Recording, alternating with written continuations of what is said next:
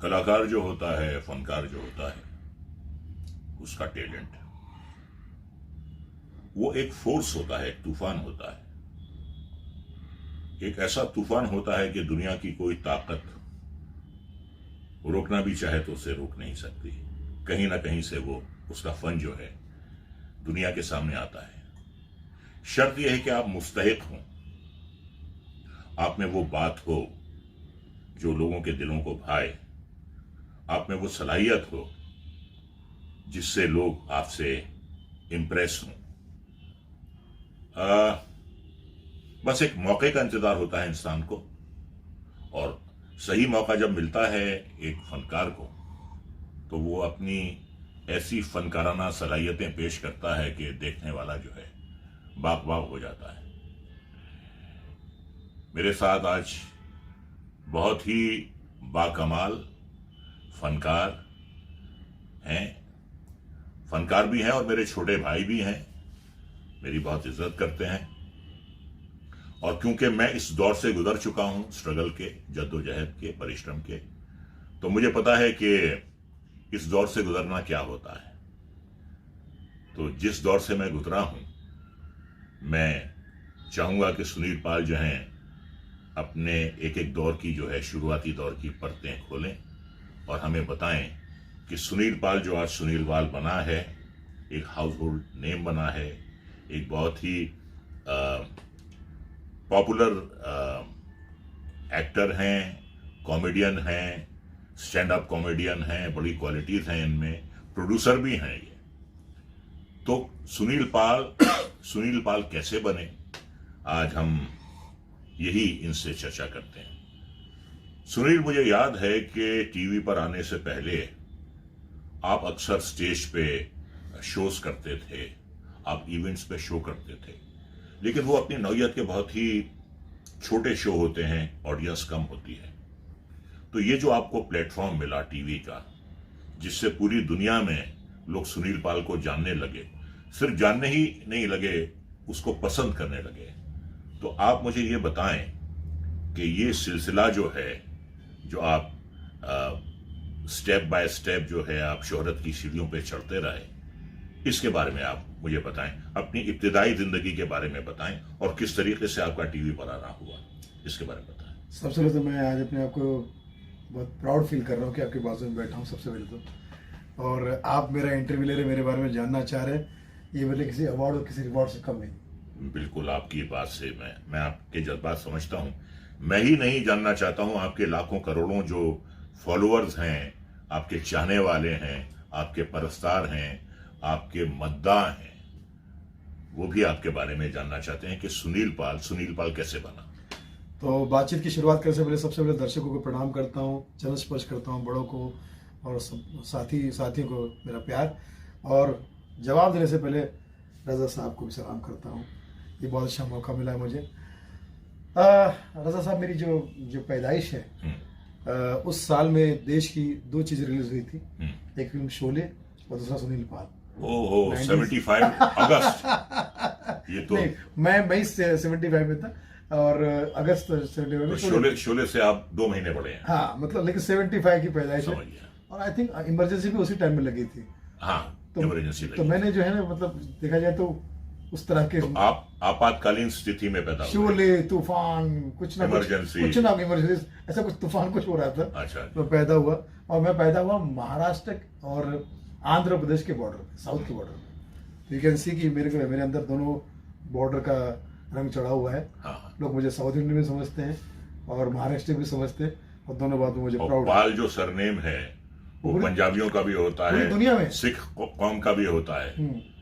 जी, पाल बंगाली में भी होता है, बंगाली भी होते हैं, पाल यूपी में भी होंगे, गुजरात में भी, और पॉल वहां हो जाता है, सुरेंद्र पाल, महेंद्र पाल, देवेंद्र पाल, कैथोलिक में पॉल हो जाता है, पॉल हो जाता है, PAUL। इसी वजह से मुझे शो ज्यादा मिलते हैं, क्योंकि हर कोई समझता है ये अपना आदमी है, साटा बंदा है। साटा बंदा है, टैलेंट तो ठीक है, हाँ। बोले यार अपना आदमी, इसको काम दो इसको। ठीक है। तो 1970 तो 2 मई, मतलब ये मजाक में बोलता हूँ, क्या क्या डेट बताया? 2 मई, 2 मई जो है मेरी मैरिज एनिवर्सरी 2 मई को है। Oh great. और 82 में मेरी शादी हुई थी। कितने बड़े होंगे आप? 75। अरे बच्चे थे यार तुम। 7 साल। 7 साल। जिस दिन तुम 7 साल के हुए उस दिन मेरी शादी हुई थी।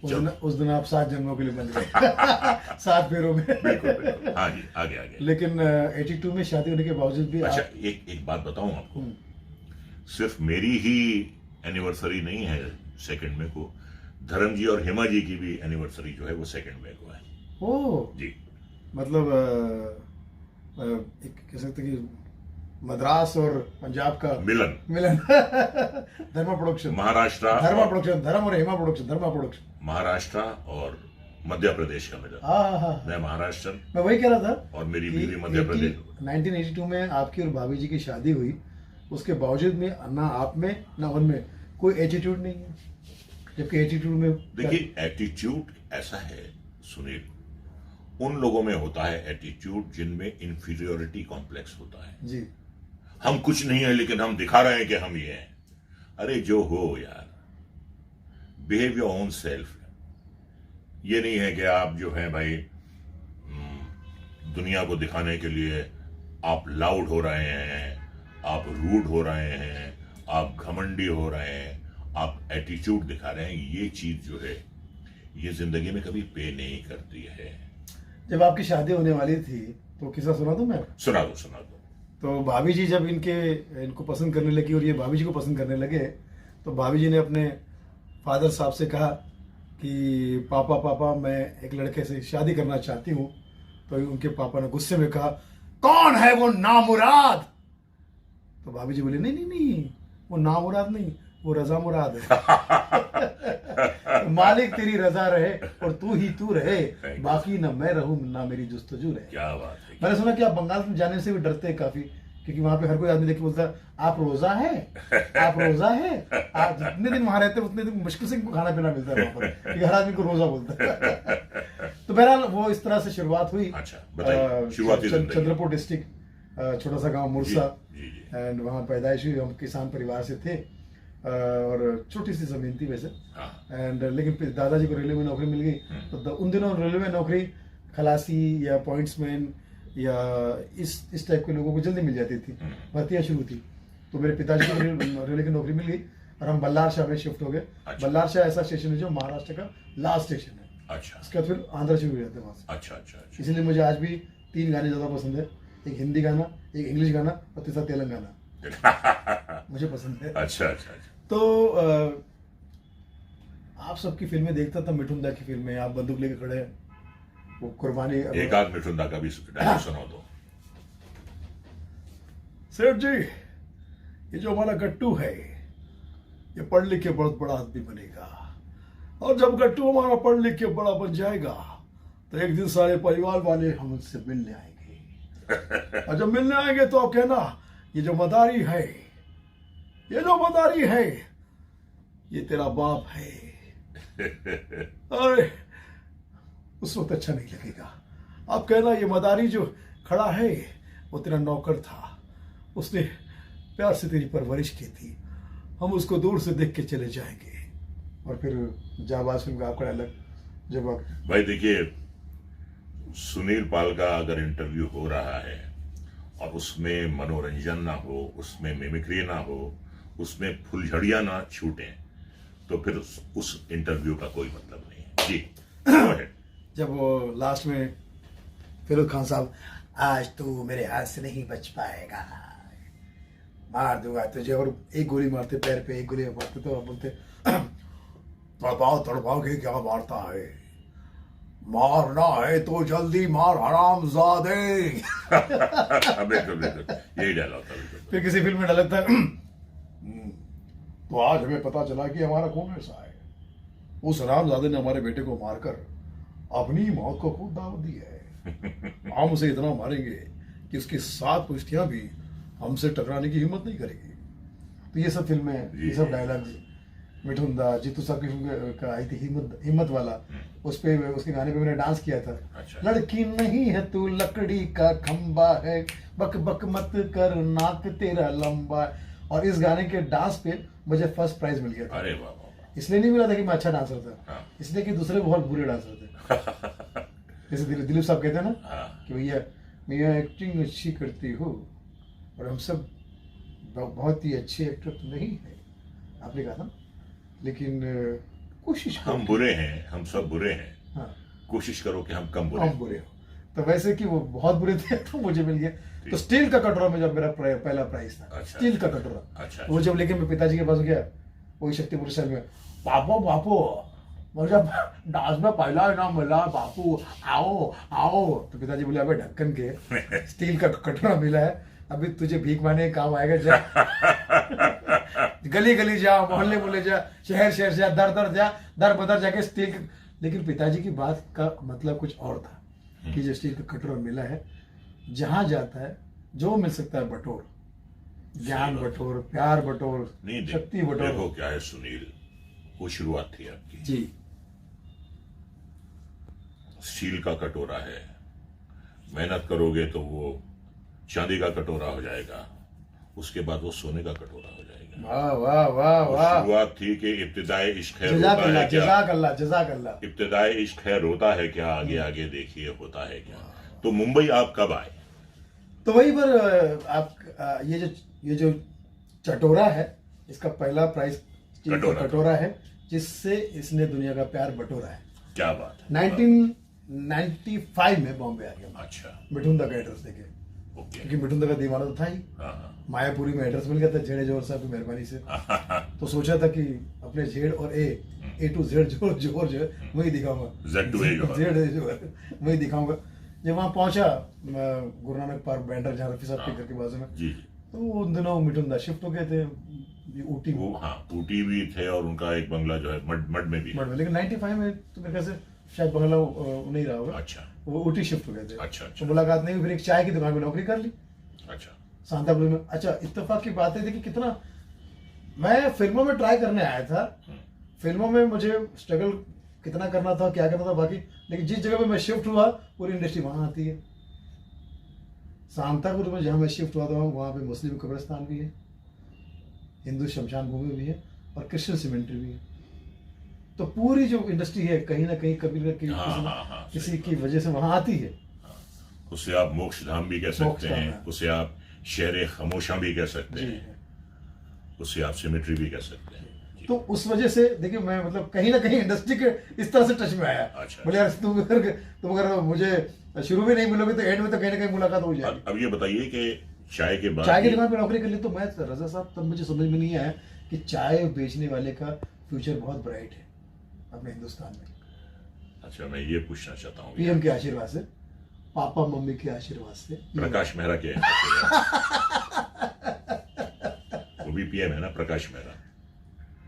तो ये जो आप में कला थी, फिर ये प्रोफेशन में कैसे बदली? इसकी रोटी आपने कब खानी शुरू की? देखिए यहाँ तो आया था मैं तो प्रोफेशन ही इसको बनाने आया नहीं, था। आप तो चाय बेच रहे थे ना। हाँ, लेकिन आया तो बनने के लिए, प्रोफेशन बनाने के लिए शुरू में काम नहीं मिल रहा था। अच्छा। तो एक कुछ कॉम्प्रोमाइज था, रास्ता नहीं था, तो चाय की दुकान पे। नहीं देखो क्या है सुनील, मेरी बात सुनो, जिंदगी में समझौता करना जो है वो बहुत जरूरी होता है, एडजस्ट करना बहुत जरूरी होता है। जैसे घर से बाहर निकलते हैं तो एडजस्टमेंट शुरू हो जाता है। आपकी गाड़ी सिग्नल पर रुकती है, लाल बत्ती होती है, मतलब ये आप रुकिए, दूसरों को जाने का मौका दीजिए। फिर जब आपकी बत्ती हरी होती है तो सिग्नल कहता है कि आप जाइए, दूसरे रुकेंगे आप। सही बात। लाइफ जो है वो एडजस्टमेंट है, लाइफ जो है वो समझौता है। और जो समझौता नहीं करता, मैं ये नहीं कहता कि समझौता करने का मतलब ये है कि आप अपनी नजर से गिर जाएं या आप अपने घुटनों पर आ जाएं, लेकिन एक अच्छे तरीके से, एक डिसेंट वे से अगर आपको जिंदगी गुजारनी है तो कहीं ना कहीं जो है इंसान को झुकना पड़ता है हालात के आगे, सिचुएशन के आगे। तो उसमें कोई बुराई नहीं है, कॉम्प्रोमाइज लाइफ में करने पड़ते हैं। हाँ, उसके बाद क्या हुआ? तो चाय की जो समझे फुटपाथ पर चाय की टपरी, वहाँ पे नौकरी कर ली मैंने। और बाजू में गैरेज था उस्मान भाई का, उनका केयर ऑफ नंबर देके ऑर्केस्ट्रा कौन आते थे?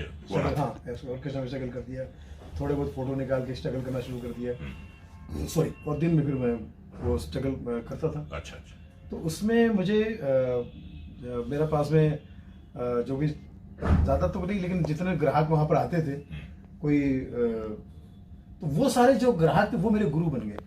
अच्छा, और वो चाय की टपरी मेरे लिए एक इंस्टीट्यूशन बन इंस्टीट्यूशन बन गई, क्योंकि हर आदमी कुछ ना कुछ सिखा के जाता था। बंगाली टोन के सिखा के जाता था, एक बेकार दूध का चाय दो, एक बेकार दूध का चाय दो। बेकार दूध या बगैर दूध? बेकार दूध का चाय तो बस करता है, आप तो रोज पीता है इधर, बस करता है, बेकार दूध का चाय दो। आज में किसी ने बताया इसकी डिक्शन में मजा नहीं, बेकार दूध का चाय मांगा है, हम काली का भक्त है, हम काला चाय पीता है। अच्छा अच्छा अच्छा। फिर वो हो गया, फिर कोई एक्टर आ गया स्ट्रगल में, ए भाई एक्टिंग दे एक्टिंग, मैंने कहा एक्टिंग के लिए उधर जा, नहीं एक कटिंग, एक कटिंग। एक कोई गुजरात दे गया, बेटा बेटी दे, बेटा बेटी दे, मैंने कहा बेटा बेटी मतलब क्या समझे, बोले बेटा बेटी दे, दो चाय दे, बेटी दे। बेटी दे। फिर कोई मराठी वाला गया, चाय ला, चाय ला, बोला गाड़ी दे रहा, नहीं चाय ला, वेरी गुड। मतलब कितना, 2 कप टी, मतलब 2 कप टी, 2 कप टी, अरे तो नहीं 2 कप टी, देखो ठीक है क्या होता है। बोले 2 गिलास, बोला 2 गिलास तू कर, तो इस तरह का ये बात जॉनी भाई भी करते थे, जैसे आप ऑब्जर्व करते हैं ना। जॉनी लीवर की भी बड़ी अच्छी ऑब्जर्वेशन थी, वो कैरेक्टर्स को देखता था, टिपिकल जो कैरेक्टर्स होते हैं। जॉनी भाई तो हमारे गुरु, उस्ताद, महादेव, सबके गुरु हैं। जो मुकाम दिलीप कुमार को एक्टिंग में हासिल है, वो उन्हें स्टेज पे हासिल है। उनसे बड़ा कोई है नहीं, और सिर्फ वो बतौर फनकार बड़े नहीं है, बतौर इंसान। मैं उन्हें जानी लीवर नहीं कहता, मैं उन्हें दानी लीवर कहता हूं। इतना दान करते हैं। जॉनी लीवर नहीं है, वो दानी लीवर है। तो ऊपर वाला उन्हें जितना देता है उसका एक बहुत बड़ा हिस्सा वो दान कर देते हैं। कोई भी जरूरतमंद जाए उनके पास तो वो कभी खाली हाथ नहीं आता, ये खास बात है। तो वो वही बात आपकी भी है कि भाई आप पकड़ते थे लोगों का लहजा कैसा है, बोलने का तरीका कैसा है, चलने, तो ये बहुत अच्छी बात है किसी भी आर्टिस्ट की। मुझे उनसे मिलाया था वीरू कृष्णा जी ने, जो डांस मास्टर थे ना, वीरू कृष्णा जी। हाँ। उन्होंने मिलाया था, वो हमारे शास्त्री में रहते थे, सातरपुर वेस्ट में। अच्छा। तो जॉनी भाई से मिला, तो जॉनी भाई उस दिन शूटिंग कर रहे थे, तो मुझे बोले कि मेरे घर पे आओ, मेरा छोटा भाई है जिम्मी मोजेस, उनके साथ में तुम शो करना शुरू करो, सीखो थोड़ा सा, ठीक है।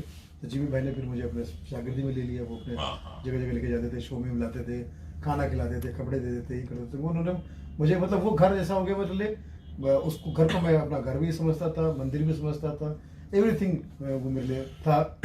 और आपको पता जॉनी भाई की बिल्डिंग का नाम क्या है? ऑक्सफोर्ड। तो मैं कभी कभी कहता मैं ऑक्सफोर्ड यूनिवर्सिटी का स्टूडेंट हूँ। हाँ, मैं गया हूँ उनके घर, शायद जूही चावला भी वहां रहती थी। उनके 14th फ्लोर पे सामने रहते हैं।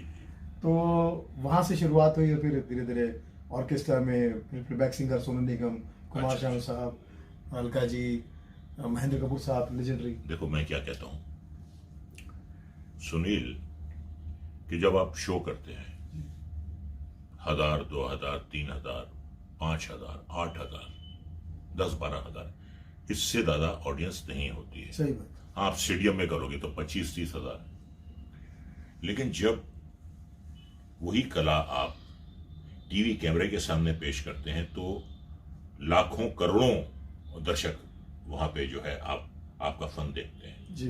तो वहां तक आप कैसे पहुंचे, टीवी तक आप कैसे पहुंचे, और टीवी पर पहुंच के जो आपने एक अपनी मजबूत जगह बनाई, दर्शकों के दिलों में एक अमिट आपने छाप छोड़ी, उसके बारे में बताइए। देखिए, मैं स्ट्रगल कर रहा था रजा भाई, और फिर जैसे कि मैंने कहा कि प्लेबैक सिंगर के साथ में विदेश चलने का, फिर पास काफ़ी उनके साथ में फोटो वोटो हो गए थे।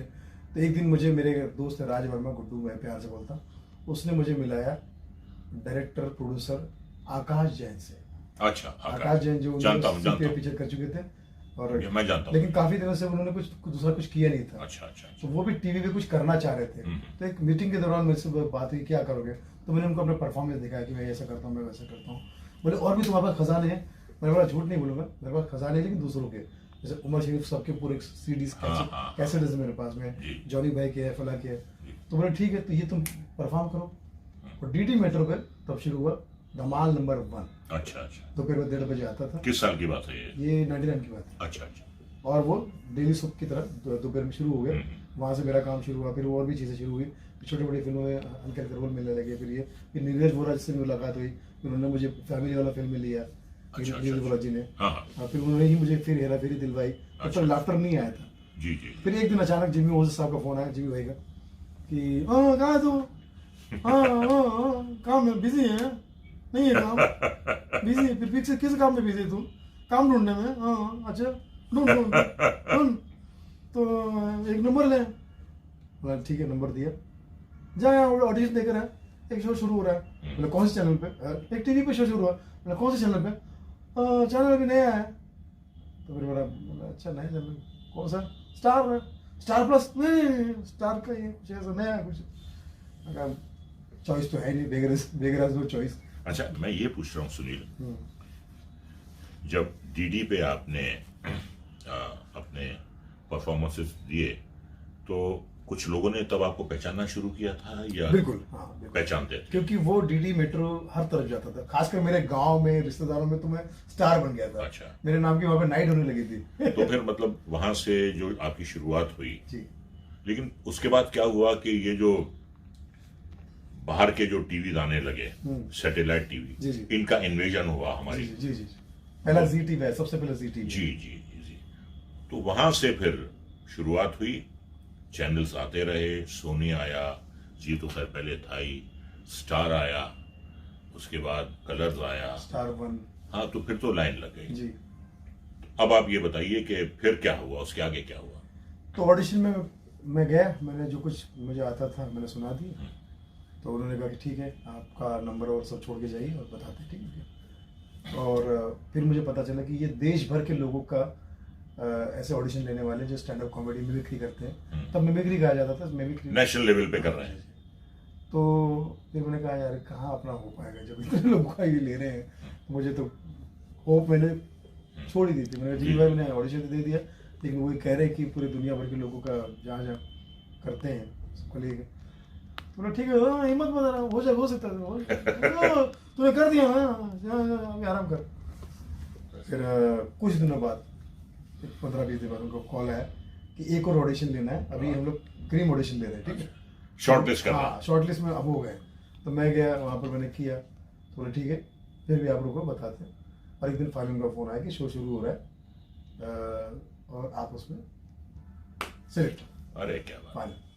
और उसके बाद जब मैं शूटिंग के लिए, ग्रूमिंग के लिए हमको बुलाया गया, सब लोग सारे आर्टिस्ट आए, जो कुछ लोग वहाँ बाहर से भी आ गए, जो फाइनलाइज या जो शॉर्ट लिस्टेड थे, कमरे में बुला के सबका कुछ कपड़े का माप लिया जा रहा है, किसी का बाल ठीक किया जा रहा है, किसी का चेहरा ठीक किया जा रहा है, रिपेयरिंग। हाँ तो उसमें देखा राजेश श्रीवास्तव जी बैठे हैं, अरे वाह। उसमें देखा फुग्गी साहब बैठे हैं, फुग्गी जी, उसमें देखा मैंने भगवंत मान बैठे हुए हैं, अरे उसमें देखा मैंने एहसान कुरैशी ये को तो देखा पहले से ही बड़े नाम थे। और मैंने सोचा कि पॉज कर दो, एक्शन हो गया।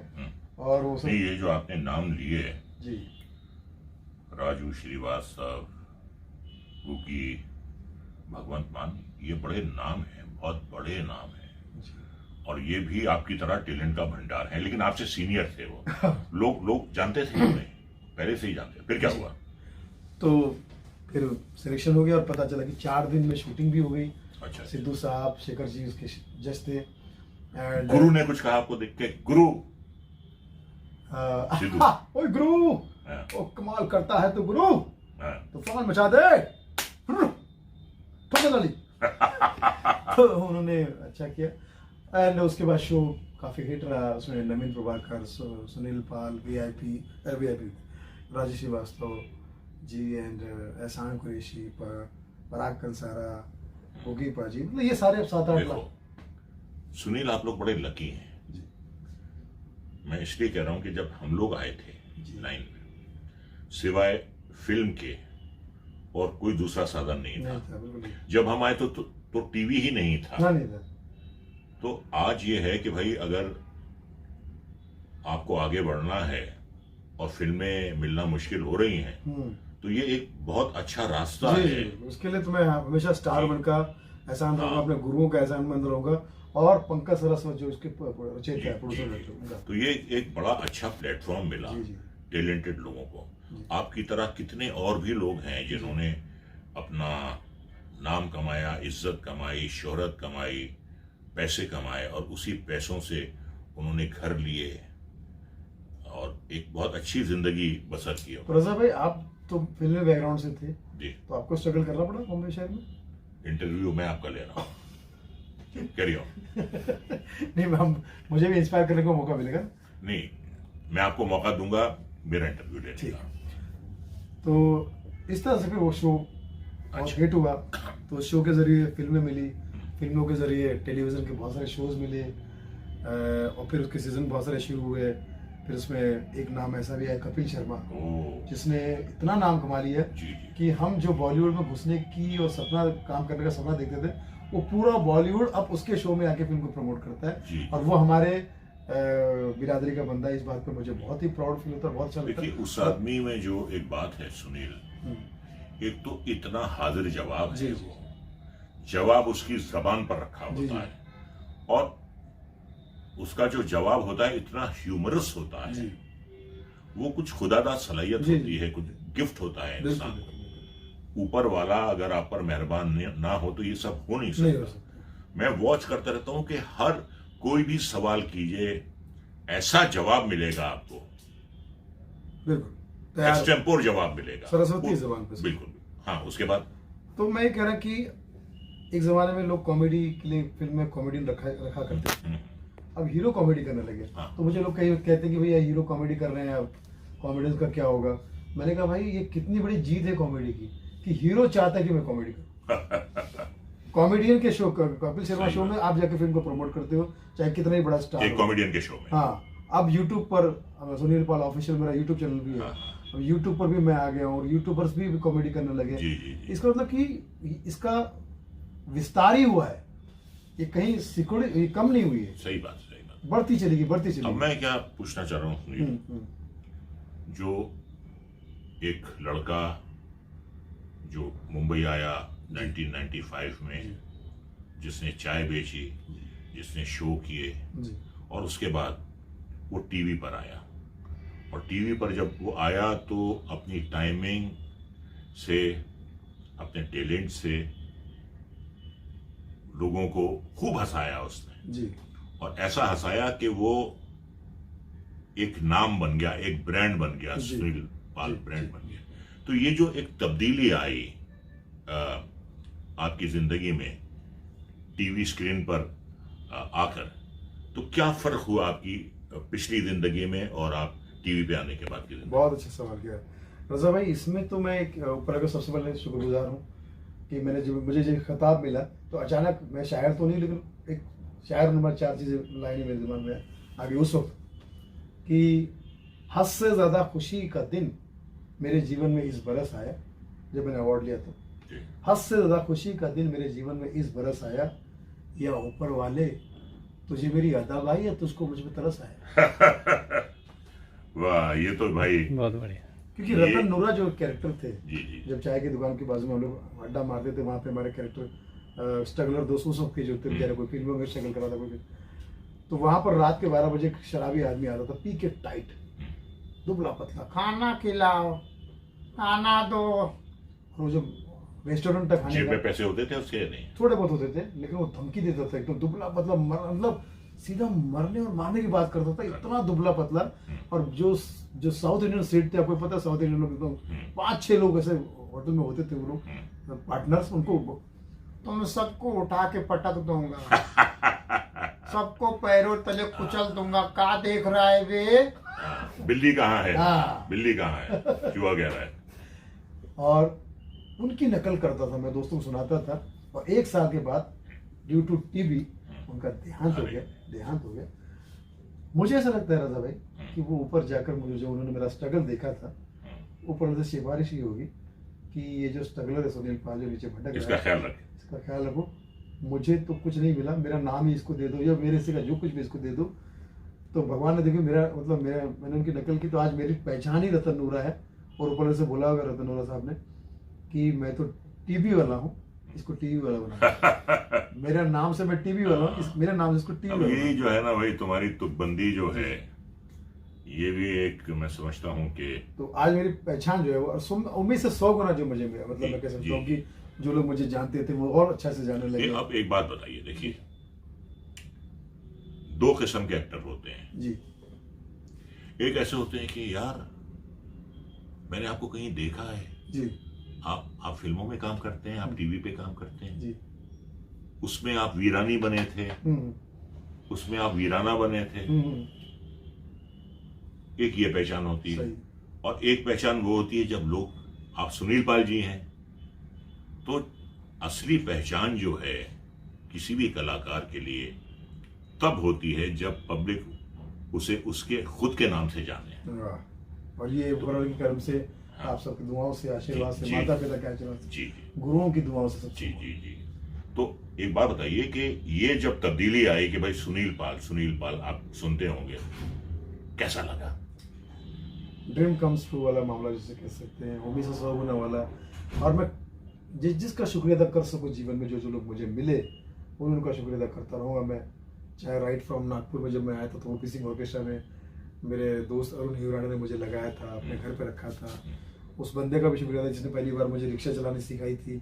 मैं 2 साल रिक्शा चलाता था। सुनील, मैं तुम्हें अपने वालिद साहब मरहूम मुराद साहब की एक बात बताता हूँ। जी उन्होंने मुझे एक बात सिखाई जी कि बेटा, अगर किसी इंसान के कैरेक्टर को आपको जांचना है तो आप जांच सकते हैं कि उसमें कितनी शुक्रगुजारी है। जी। अगर वो इंसान शुक्रगुजार है तो उसका बड़ा अच्छा किरदार है, और अगर वो नाशुक्रा है तो उसका कोई किरदार ही नहीं। नहीं, और ये तो अपने लाइन के लिए तो शुक्र होना बहुत जरूरी है, क्योंकि हमारी हर फ्राइडे फिल्म रिलीज होती है, तो वो भी एक शुक्र ही है। नहीं, वो तो अपनी बात आपकी जो है वो बिल्कुल अपनी जगह सही है। मैं ये कहना चाह रहा हूं कि बुरे वक्त में किसी ने भी अगर आपके साथ भलाई की हो, आपकी मदद की हो, तो वो वक्त, वो इंसान, वो कभी नहीं भूलना चाहिए और उसको हमेशा एक्नॉलेज करना चाहिए। वही जो मेरे वाले साहब ने कहा कि ये इंसान के कैरेक्टर की पहचान होती है। तो अच्छा ये बताइए, फिर आपकी शादी कैसे हुई? तो उसी लाफ्टर के बाद जब काम मिलना शुरू हुआ, कैसे हुई शादी? तो घर परिवार के बारे में मैंने सोचना शुरू किया। उन दिनों मुझे एक कॉलेज में बुलाया गया एज ए गेस्ट। अच्छा, तो तब आप सुनील पाल बन गए थे? जी, उसी वजह से बुलाया गया। तो एज ए गेस्ट गया था, तो वहाँ एक प्रोफेसर थी। उस लड़की को देख के मैंने जाना कि यार ये लड़की को जानता हूँ। तो बाद में पता चला कि वो मेरे एरिया में ही रहती थी। जब कहाँ पे? मुंबई में? सांताक्रूज में, शास्त्री नगर में। मैंने कहा उनको, मैंने कहा नमस्ते किया, हाय हेलो किया, तो बोले हाँ मैम जब जानती हूँ, मैं भी जा रही हूँ ना, ये सेम एरिया के। तो फिर नंबर एक्सचेंज हुआ। वहाँ पर प्रोफेसर थी इकोनॉमिक्स। शुरुआत तो नंबर एक्सचेंज से ही होती है। हाँ। फिर चश्मे के नंबर आ जाते हैं। देख देख के चश्मे के नंबर आ जाते हैं। खैर, तो वहाँ फिर मैंने कहा कि बोलते ना कि मुराद पूरी होना। आज मेरी मुराद तो पूरी हो रही, क्योंकि रजा साहब मेरा इंटरव्यू ले रहे। हाँ। लेकिन वो भी एक मुराद पूरी हुई कि एक परिवार के लिए, घर के लिए एक सही व्यक्ति का जो ऊपर एंट्री कराता है, तो वो मुझे ऐसा लगता है कि वो हमारे हाथ में नहीं होता है, लेकिन हमारे हाथ में जरूर होता है। वो हुआ। आज फिर आपने शादी का प्रपोजल आपकी तरफ से गया? फोन पे बातचीत होती थी। कैसे ख्याल आया आपको कि यही लड़की मेरे लिए सही है शादी के लिए? आपकी मुलाकातें होती रहती थी? उन दिनों तो काफी बिजी था, भागदौड़ में ज्यादा लग रहता था, लेकिन फोन पे काफी बातचीत हुआ करती थी। एक दो प्रोग्राम में बॉम्बे में मैंने उनको बुलाया भी था देखने के लिए। तो वो लेकिन इश्क हो गया था? हाँ, इश्क हो गया था। और एक दोनों तरफ से? आपकी तरफ से ज्यादा था? यू कैन से, क्योंकि अगर उनका आना और उस तरह से फैमिली के साथ भी आना एक तरह से कि ठीक ठाक मामला था। अच्छा। एंड फिर मैंने एक दिन उनसे इजहार मोहब्बत कब किया आपने? हाँ, एक दिन फिर मैंने उनको सीधा शादी के लिए प्रपोज किया। अच्छा। ये नहीं कहा कि मैं तुमसे प्यार करता हूँ, आई लाइक यू, ऐसा कुछ नहीं। क्या रिएक्शन था उनका? बोले अरे बाप रे, मुझे तो समझ में नहीं आ रहा क्या जवाब दूँ। लेकिन उनके इस नरमी से पता चल गया था कि शी इज रेडी, बट अब उनको बाकी लोगों से निपटना है। इस पे शेर सुन लो जी। बड़ा अच्छा शेर है ये। साहिर साहब ने सिचुएशन पे शेर कहा था। वाह। वो किसी, मैं उनका नाम नहीं लूंगा, एक बहुत मशहूर सिंगर थी अपने जमाने की, उनसे इश्क चल रहा था, लेकिन क्योंकि दोनों अलग अलग फिरके के थे तो वहां से काफी लड़की के घर वालों की तरफ से काफी मुखालिफत हो रही थी। तो उन्होंने कहा साहिर साहब से कि मैं नहीं कर सकती क्योंकि मेरे माँ बाप जो हैं इस शादी के खिलाफ हैं। तो साहिर साहब ने एक शेर कहा, खुद में हिम्मत है तो दुनिया से बगावत कर लो, खुद में हिम्मत है तो दुनिया से बगावत कर लो, वरना माँ बाप जहां कहते हैं शादी कर लो। तो आपके साथ भी कुछ ऐसी सिचुएशन आई क्या? आ सकती थी, लेकिन जमाना थोड़ा बदल चुका था उस वक्त, ये भी था। तो उन्होंने अपने परिवार को समझा, तो कुछ लोग मान गए, कुछ लोग नहीं माने हमारे परिवार, क्योंकि हाँ, वो जो एक कास्ट का मामला जो है ना, वो थोड़ा हेर फेर था। वो ब्राह्मण थी और हम दूसरे कास्ट के थे, लेकिन रीति रिवाज तो सेम ही थे। तो मतलब शादी बाकायदगी से हुई? हाँ, दोनों परिवारों शादी फिर जू और अच्छा, मतलब मर्जी से हुई दोनों परिवार? मर्जी से। कुछ लोग उनके शामिल हुए, कुछ लोग हमारे शामिल हुए, सभी शामिल नहीं हुए, कुछ नहीं भी हुए। हाँ, होता है, क्योंकि वो अच्छा, प्रोटेस्ट। खैर, तो हुआ। और क्या तारीख थी? 26 फरवरी। 26 फरवरी उस दिन महाशिवरात्रि का त्योहार था, 2006। 26 फरवरी। अब इससे ज्यादा डेट मत पूछना कि कंफ्यूज हो जाओ। अच्छा, हाँ। कुछ देखिए, एक गाना मुझे याद आया जी। फिल्म गीत गाया पत्थरों ने, बिल्कुल इस पे एक गाना था ना, आइए पधारिए आइए पधारिए, शिव और पार्वती की शादी, हाँ। जैसे हर लड़की की शादी। हाँ। याद है ये बात? और इत्तेफाक से उस दिन महाशिवरात्रि थी। मैं वही तो कह रहा जी, जी, हूँ। जी। अच्छा, फिर क्या हुआ?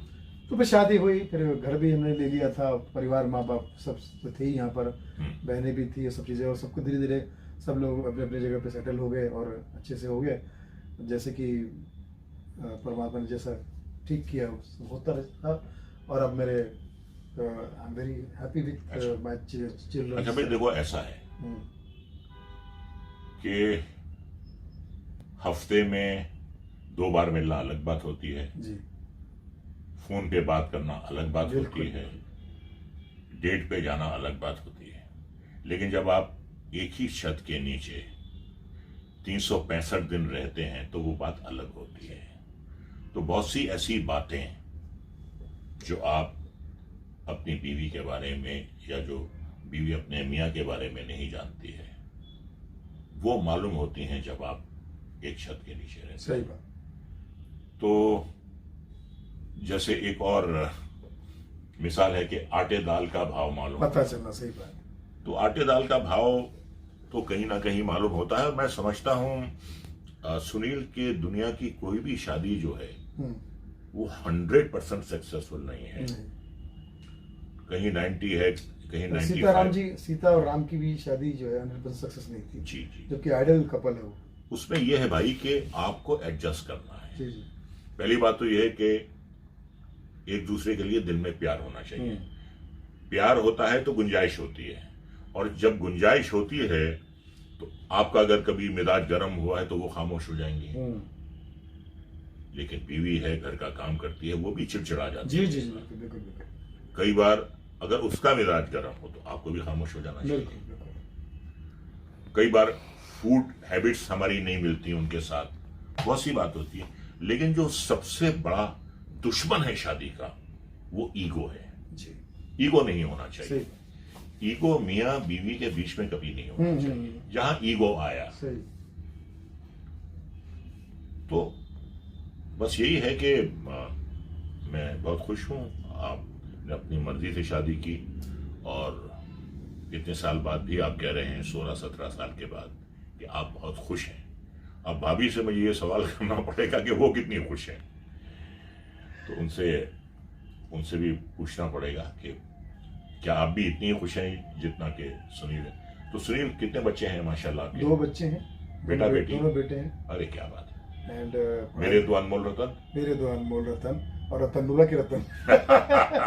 वो कभी मजाक भी करते हैं, एक रतन नूरा, एक नूरा रतन, एक पूरा रतन। उसमें ऐसा है भाई कि या तो आप कहेंगे कि मेरे 2 अनमोल रतन, और अगर बच्चे बदमाश निकले तो आप कहेंगे मेरे 2 अनमोल रोटन। रोटन।